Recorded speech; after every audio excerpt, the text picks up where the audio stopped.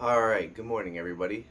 Uh, Welcome to the channel, and here we'll be talking about financial education, how to invest, and we'll also be doing a couple of book reviews. I have a few books here on the desk for you today.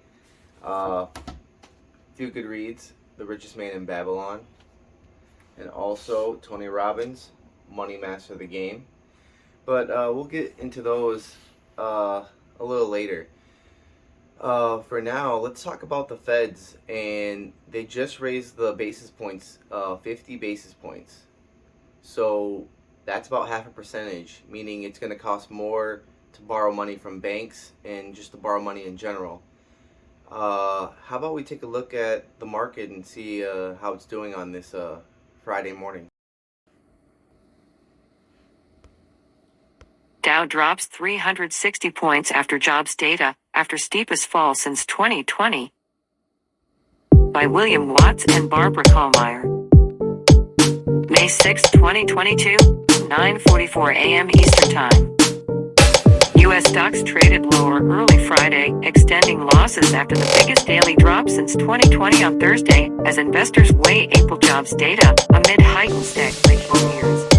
How are stock index futures trading? The Dow Jones Industrial Average fell 352 points, or 1.1%, to 32,645. The S&P 500 was down 52 points, or 1.3%, at 4,094. The Nasdaq Composite shed 227 points, or 1.8%, to 12,091. On Thursday, the Dow Industrial.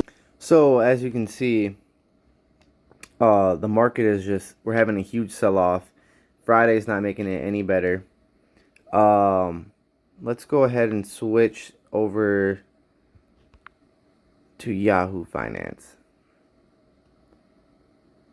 As you can see it on the day, we're almost down a full percent on the SPY. And yeah, I mean, right now people are looking for a safe place to park their money, and right now it's pretty hard to find those places, but a lot of good places to park your money would be, in inflationary proof assets, such as, the Walmarts, the fast food, McDonald's, energy, the banking institutions. I mean, and the list goes on. There are places that are less volatile than the overall market, and actually places that are producing results. So let me end this real quick. All right, everybody. And so there you have it. As you can see, the market's down. It's Friday, so everybody's doing a lot of selling. They don't want their money stuck in the stock market over the weekend. So a lot of people are having a hard time finding a place to park their money. And, you can also always consider inflationary proof assets, things that, do good during inflationary times or bear markets. And what I'm talking about is maybe like fast food industries like McDonald's, Chipotle. Also, because they're raising the basis points, the rate hikes, that means banking should be doing a little bit better. With their interest rates rising, they should be doing better. So financial institutions, maybe Goldman Sachs. Also, another sector doing pretty good right now is energy. With the global affairs of the world, and with oil and energy, a lot of those sectors are doing pretty good right now. So just keep an eye out for those ones.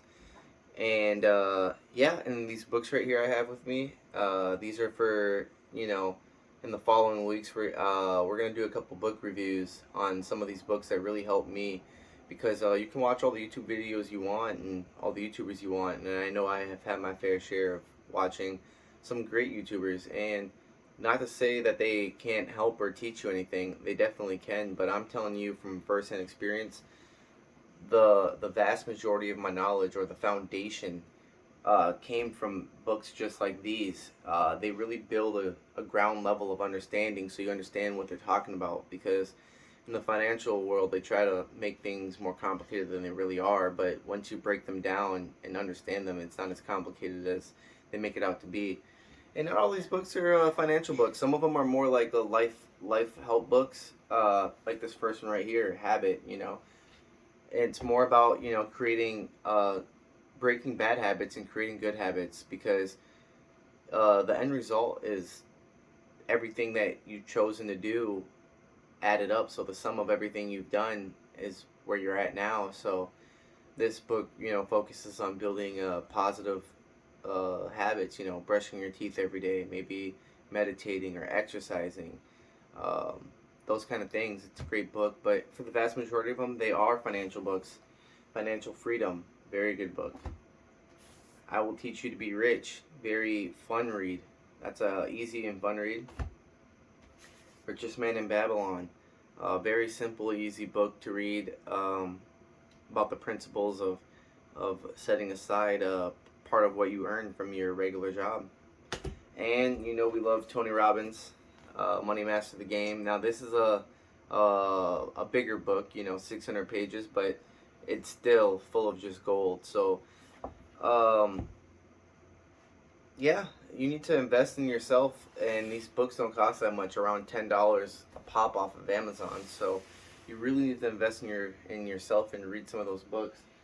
Um, Over here is my personal journal, and you'll see why in a minute. But I just want to take the time to thank you guys for taking the time out of your day to uh, watch my channel. And if anything I'm doing or saying here helps you in any way, shape, or form, it'd be greatly appreciated if you hit the like and subscribe. And I think we'll end that one off here for now. But I want to leave you guys with one of the quotes out of my journal. Let's see, I write down a lot of quotes throughout the day whenever I hear something. Let's see. Oh, wrong side. Hold on. I'm going backwards. Alright. So the quote for today is a person who dares to waste 1 hour of time has not discovered the value of life. Charles Darwin. Now I write that one down because the most valuable asset you have in this world is time. That's everybody's most valuable asset. All we have is time, and it's a finite amount. So don't procrastinate. Take advantage of the opportunities and take advantage and take a hold of your financial situation in your life. I just want to see everybody win and eat. And like as always, thank you, and like, subscribe. Thank you very much.